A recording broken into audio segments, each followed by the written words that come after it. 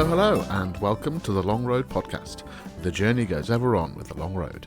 This episode, Derbyshire to Las Vegas via the Cairngorms.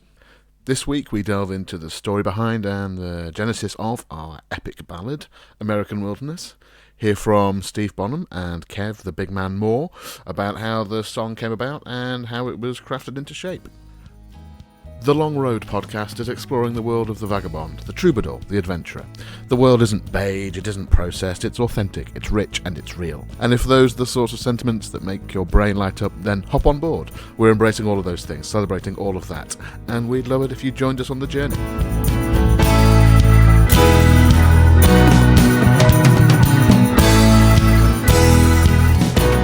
Greetings, I'm Chris, the Bish, Lydon. It's great to have you along for the journey again this week. It's perhaps an intriguing title to this week's show. Those of you who are regular listeners will know that this podcast has its spiritual home in rural Derbyshire in the UK, despite actually only 1/3 of the Long Road members actually living there right now. That's Steve Bonham. I've lived in Manchester for the last 18 years now. Kev, the big man Moore, has been out in Spain for I don't know how long. But I suppose Kev and I are still frequent visitors back to the motherland, though, so it counts. Las Vegas and the Cairngorms, though, what's that about? Well, you'll just have to keep on listening to find out more about those too. So we've got some exciting things afoot.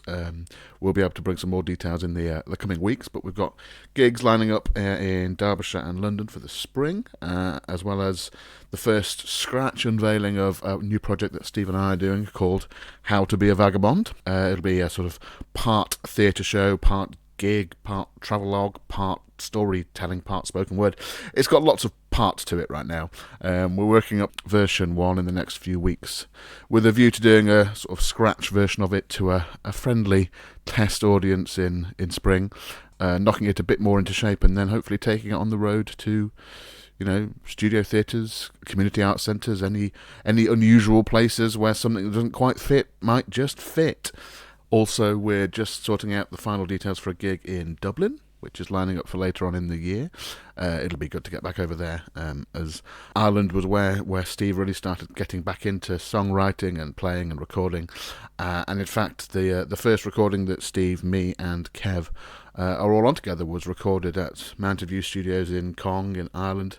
I don't know how many years ago now. But anyway, keep your eyes on our social media for all those events coming up. The main page to look out on is the Steve Bonham page, and we'll keep you up to date with everything that's going on there.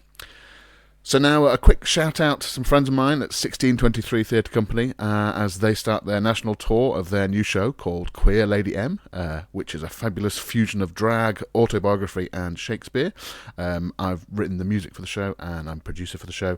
The tour starts tomorrow, Saturday the 29th of February in Manchester at Waterside Arts in Sale in Trafford, and the tour goes on through till June, visiting Leeds, Cheltenham, London, Clevedon in the Bristol area, Leicester, Wolverhampton, Colville. All the dates are up on 1623's website, which is 1623theatre.co.uk. That's 1623, the numbers, theatre.co.uk. So I say best of luck to the 1623 gang for that.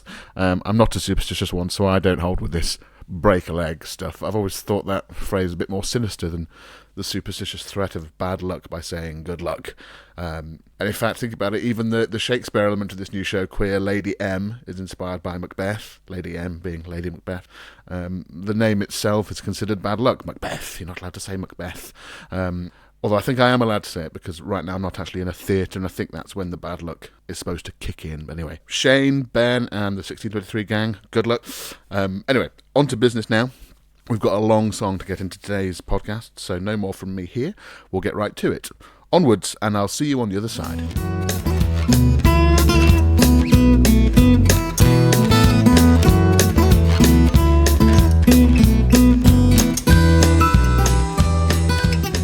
This week's The Long Road Revealed is going to be covering American Wilderness.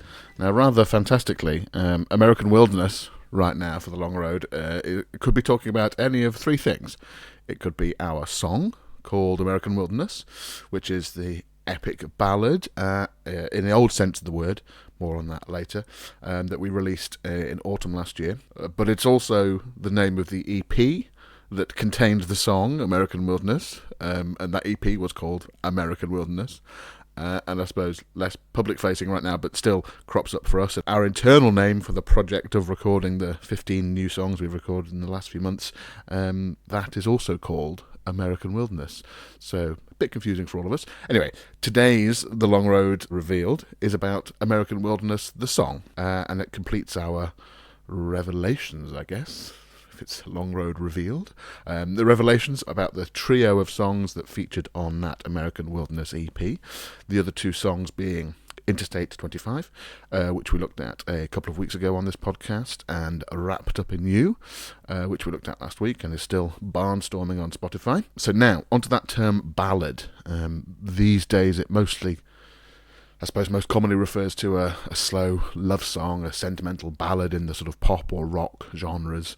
A good old power ballad with a key change 2/3 of the way through, and you have to, by law, stand up off your stool for the final chorus, otherwise it's not a real key change.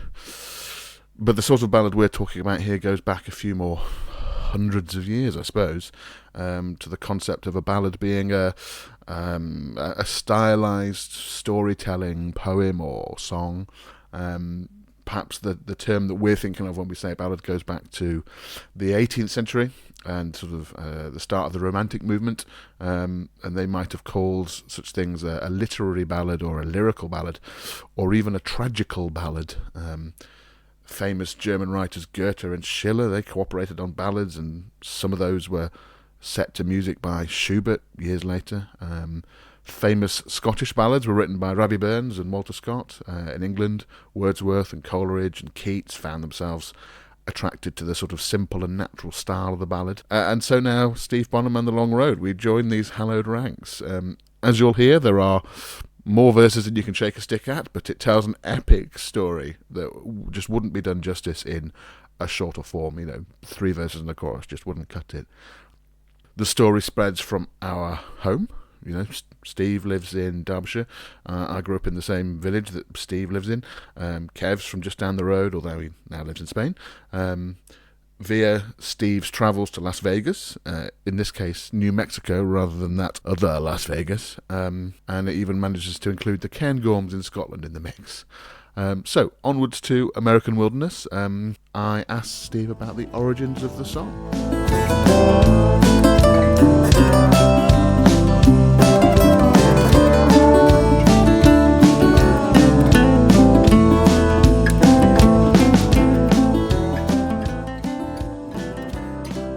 Well, I got this mad idea a couple of years ago. I wanted to write a ballad, which is kind of surprising because I used to really hate ballads.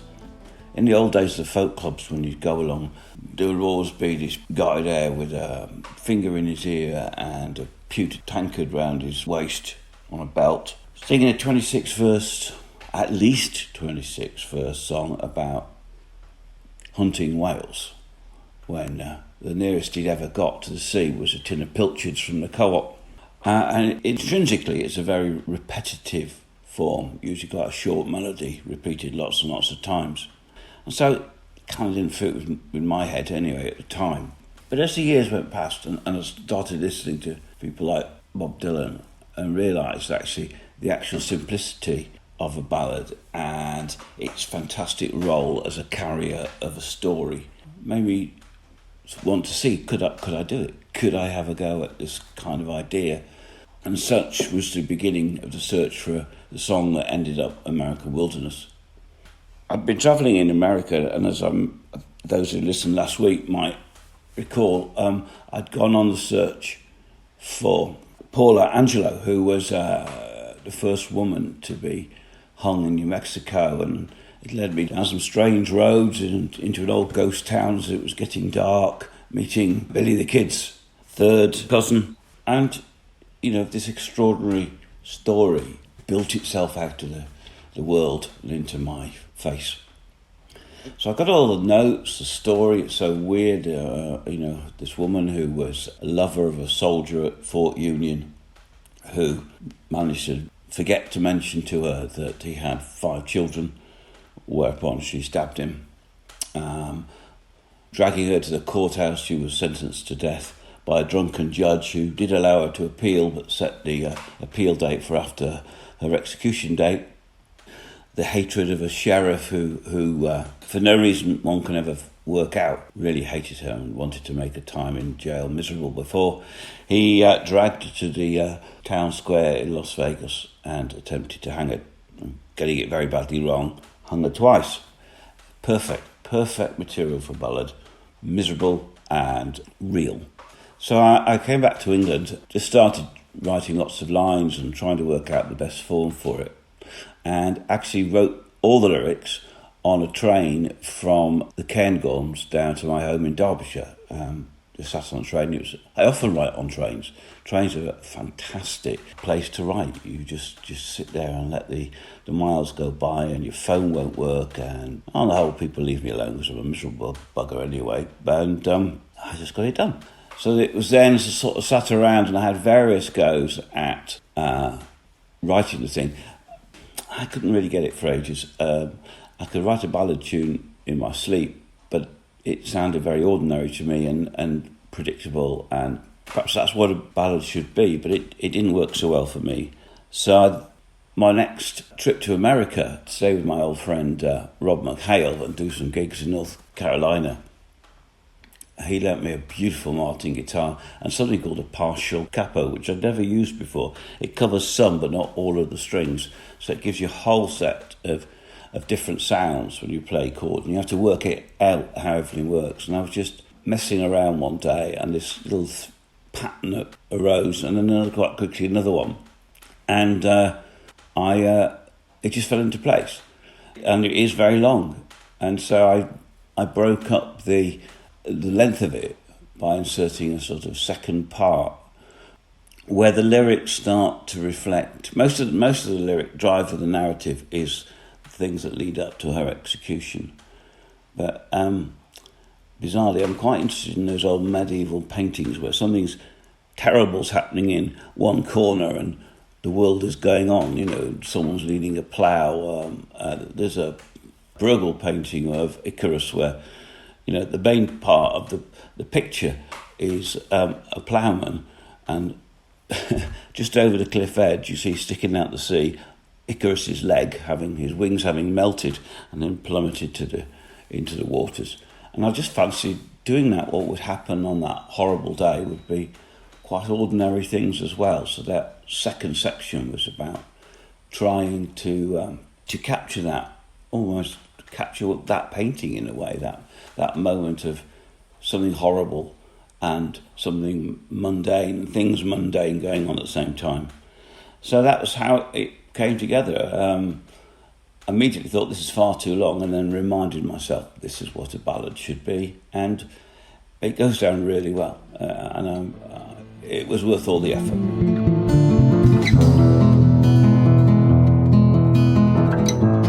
A little later on I'll include the full track so you can hear for yourself, but it might be that actually that explanation there of the main sort of narrative driven verses, the first and last thirds of the song, compared to the slower middle section, it helps to make sense of things.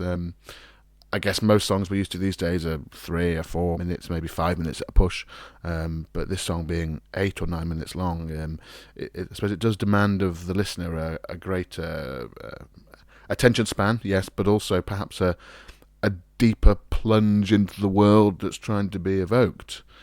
It's fascinating to hear from Steve about the idea of the painting juxtaposing some sort of horrible event alongside a mundane day-to-day occurrence. Perhaps that's something that in visual art or theatre perhaps does more frequently present to an audience, that sort of thing. Perhaps less so in hearing music. So now the big man Kev Moore, who plays guitar, bass and drums and sings backing vocals as part of The Long Road, we asked Kev to speak a little bit about his first reactions to American Wilderness, where it slots into his thinking about the work we create together. So here is Kev. And therefore, dear listener, from the depths of my cave in southern Spain, I shall regale you forthwith. I remember when Steve presented me with the idea of an American saga in song with a verse count to rival Dylan's Tambourine Man. And after I'd picked myself up off the floor, I set about listening to his rough demo. My initial thought was, how can we précis this, but as I got drawn into the harrowing story of the hanging of this young woman, I understood that he was trying to go back to the art of passing on stories down the ages through the medium of song. In an era before recording devices, and indeed in the days before most people were even literate, it was the most effective way to keep these stories alive, and they went on until, well, the story was finally told. As I listened to Steve's chords, I heard a variation of the bass line from Peter Gunn in my head, and I knew that with a little tinkering I could make that work. And I feel it really helps drive the story along in an insistent, repetitive figure with just the right amount of menace. The guitar riff, which is like an alternating two-note thing on the acoustic, also has a remarkable backstory. You won't hear it initially, but this bluesy figure is actually inspired by Ritchie Blackmore's searing guitar line on Deep Purple's Mistreated from the Burn album.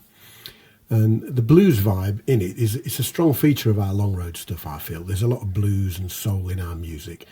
I think Steve has referred to it elsewhere as a gumbo of sorts, and with the Bishop pillaging New Orleans more efficiently than the French pirates, he's not wrong. The breakdown section is a neat way of getting more verses into the song without running the risk of monotony. The slower groove and the cascading drum fills complement the reflective mood of this passage of the story, and I was really pleased with my guitar lines here. It's my clumsy attempt at what would Mark Knopfler do? Well, something probably better than me, but I hope I got the gist of it.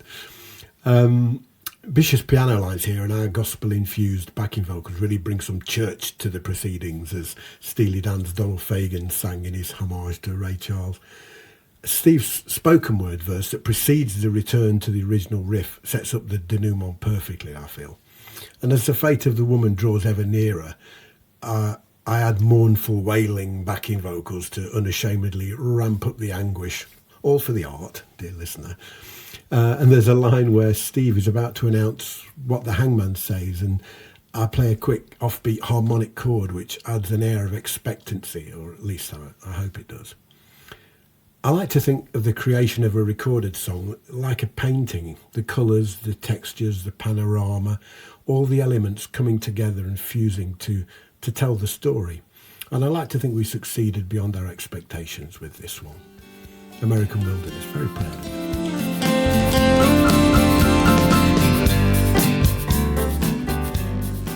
Kev touches there on how his bass line for American Wilderness was inspired by Henry Mancini's music for Peter Gunn TV series from the 60s, I think.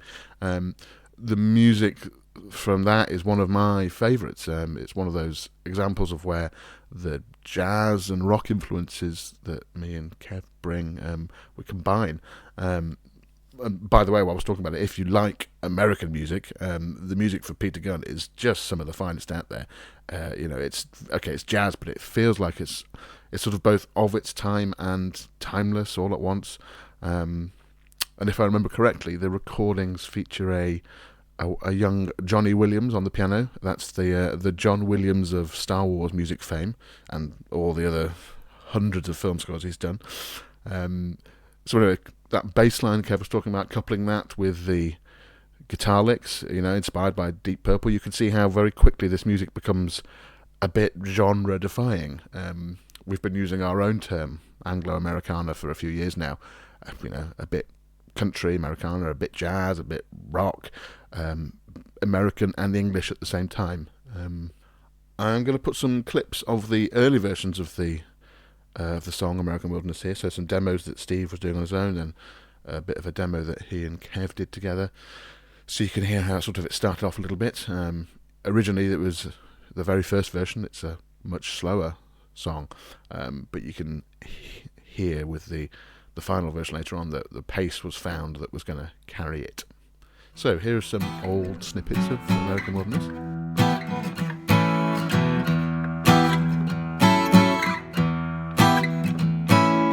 But the Yankee soldier brave at the bottom was his name. Soldier in a uniform, the ladies he found fame.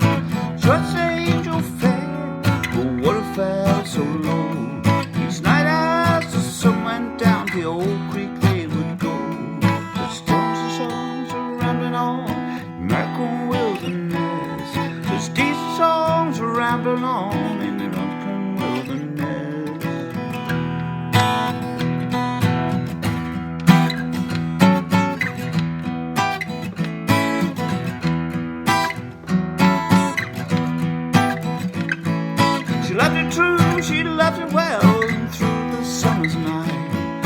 till they heard the bugle call as day began to light. Daisy said, will you fly with me through the summer night?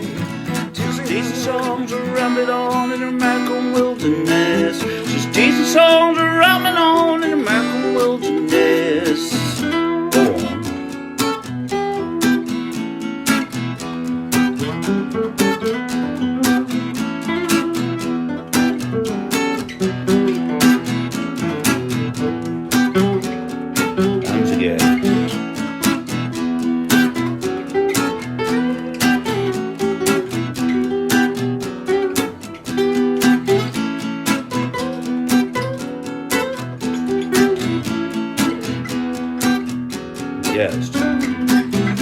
On the main street down in Vegas, there gathered such a crowd. See an angel on a coffin whose lovely head was bowed. Not all were there to shout or stare, for the beat of life goes on, and tragedy is a moment's breath till the cartwheels carry on.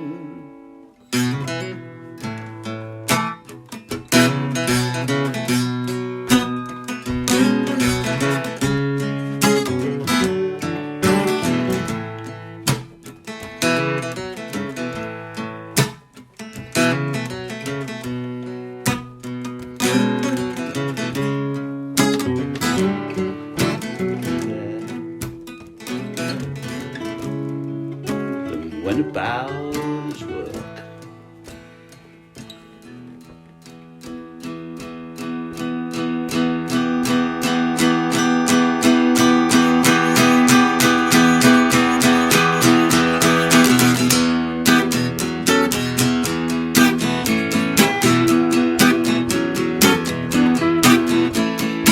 Into the hanging tree, forgot to tie a well. So when the car he drove away unto the earth she fell. And I have to say, when I first heard the track, as Kev and Steve laid it down in the studio, I couldn't be there for that initial recording session.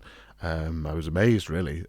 This confluence of styles and the sort of sensation of being driven forward by that bass line, almost like a runaway train, it feels at times, laying down the tracks of the words as this train is moving forward. Those guitar licks, the bluesy feel, that sort of almost sudden calm in the middle, reflective and thoughtful, before things kick off again, and the wailing backing vocals that Kev mentioned, I just love them. One of the things I love about this track is, in my head, it's one of the central sort of keystone songs in our new batch of songs. There are influences and nods in this song that we echoed or mirrored or recreated in some of the other songs we've recorded. It's one of those central songs. It's something we often discuss, is the connections between the songs that have appeared unconsciously and consciously. In my head, there's this great interconnected 3D map or spider diagram or Venn diagram of how all these songs interconnect and weave together. And then you take that to the next level up and you start to see the connections with the previous works, our albums, The Girl with a Rattlesnake Heart and Reliance from a couple of years ago, and you can see how there's connections. Anyway, find yourself a comfortable seat, sit back, headphones on, eyes closed, and settle in for the story of Paula Angel, as told in our epic ballad, American Wilderness.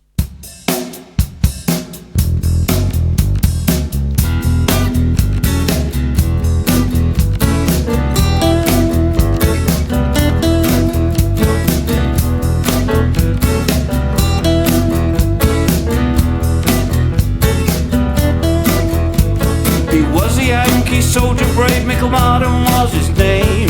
Soldier in a uniform, the ladies he found fame. They say she was an angel fair, but water fell so low. Each night as the sun went down to the old creek they would go. She loved him too, and she loved him well all through the summer's night, till they heard the bugle call, the day began to light. One day she said, will you fly with me to a land so far away? He kissed her on her lovely hair and told her he would stay. Such decent songs are rambling on in the American wilderness. Such decent songs are rambling on in the American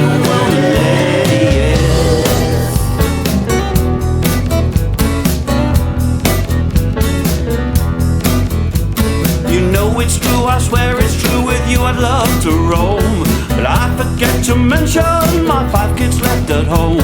Her eyes grew wide, her blood did race to a dagger from her dress. It seems that I must end the days of the one I love the best.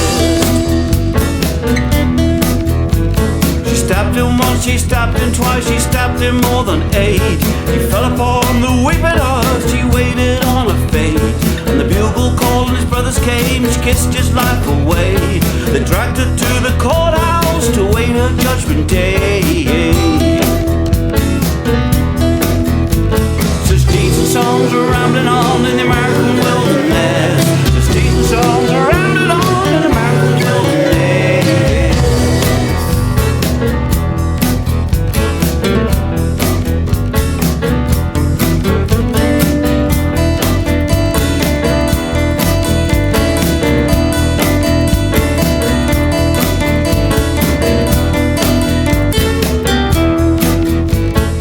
Benedict was a travelling judge with whiskey on his breath.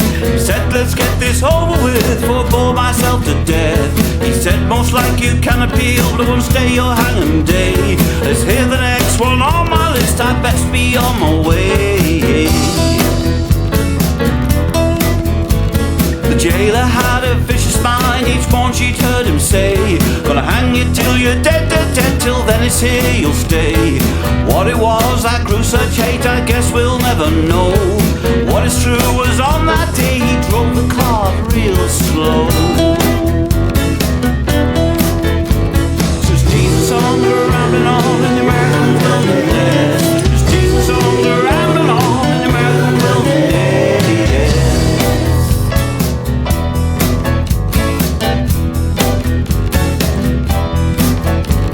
On the main street down in Vegas, they gathered such a crowd.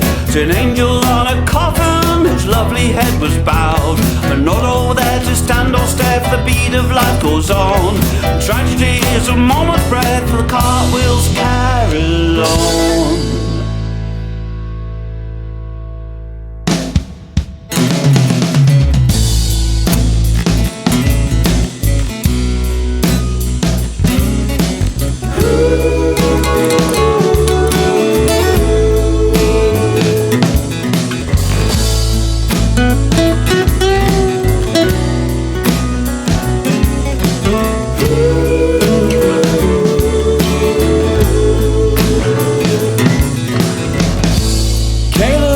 Down broken horses with sorrow on his mind. He's seen too many bad times to be the wanton kind. Silas stayed to knead the dough, wandered in his head. The killing of one so young, while another's baking bread.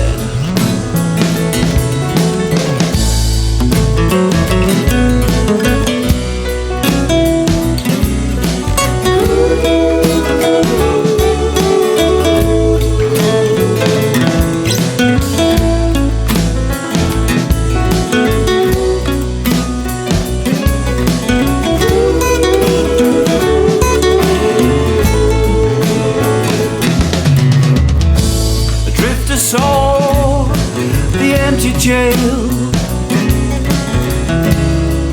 that stole away to sleep. Lily took another drink, memories to keep. And over in the dirt dull square, jailer he did smoke. He took a bow to those gathered there, then went about his work.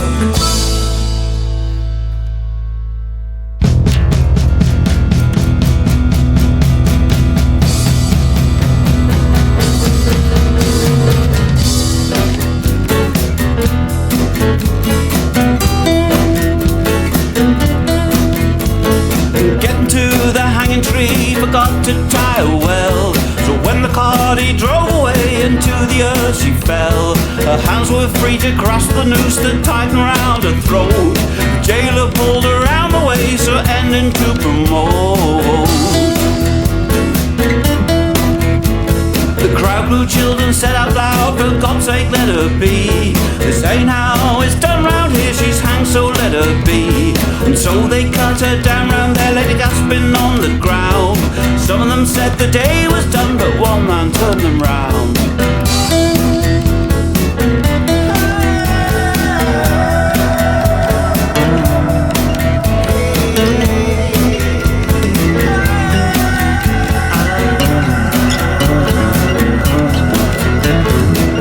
Tongue, he stilled the crowd, and this is what he said. Wasn't just a hanging crime, but a hanging till she's dead. And so it was, the angel died, the town had moved along. The jailer took the story home, most felt he'd done her wrong. Such deeds and songs are rambling on in the American wilderness. Such deeds and songs are rambling on in the American wilderness. Such deeds and songs are rambling.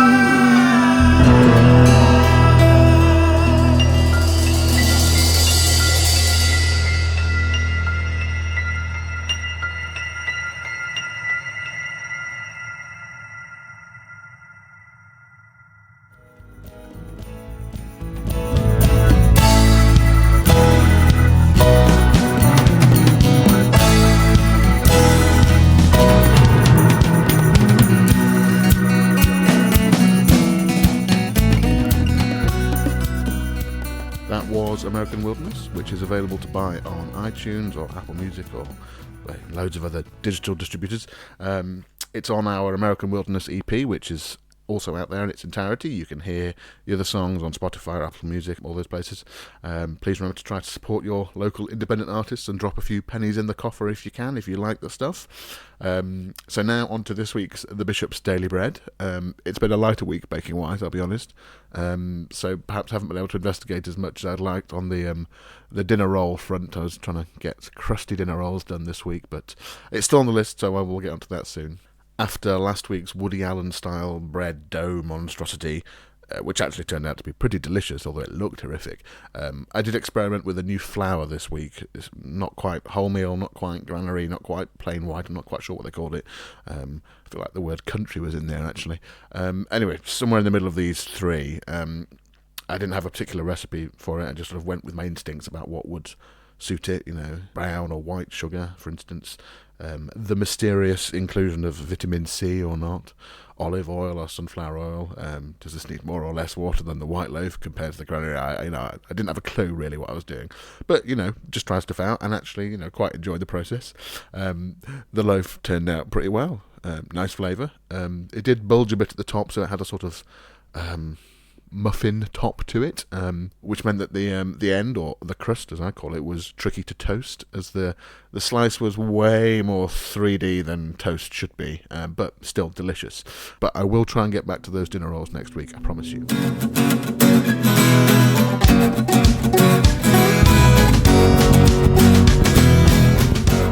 Okay, that's it for this week. Thanks, as always, for listening. Remember to subscribe to this podcast wherever you get your podcasts from. Next episode will be out next week on Friday the 6th of March 2020. As always, you can check out past episodes on artisan-creative.com or wherever you get your podcasts from. Let us know what you think. Tell us what you like about the show. Drop us a line on social media. You can find us on Steve Bonham's Facebook page. And that's our main sort of social media channel. Also check out our YouTube channel, youtube.com/Steve Bonham01. Follow us on Twitter. Steve is Steve Bonham01. I am Das Chris Lydon, Lydon. Kev, still banned from Twitter. We've also got Instagram, Steve Bonham01 on Instagram. If you want to sign up to our mailing list, go to artisan-creative.com. Sign up there. The mailing only comes out every quarter, so it's no bombardment in your inbox. Keep things ticking over nicely. Whilst you're there, you can get a free ebook download of Steve's book, A Little Nostalgia for Freedom. All of the Long Roads music is now available on Spotify and Apple Music, so go and have a listen. If you like what you hear, drop us a few pennies. That would be great. Our latest EP, which was released last October 2019, is out there, including National Indie Radio's Song of the Year, Wrapped Up in You, the epic American Wilderness that we've talked about this episode, and one of my favourites, Interstate 25. So, thank you once again, brave adventurers, vagabonds and explorers. Remember, the world isn't beige, it's authentic, it's rich and it's real. Embrace every last bit of it. Until next time, the journey goes ever on with the long road. Bye for now.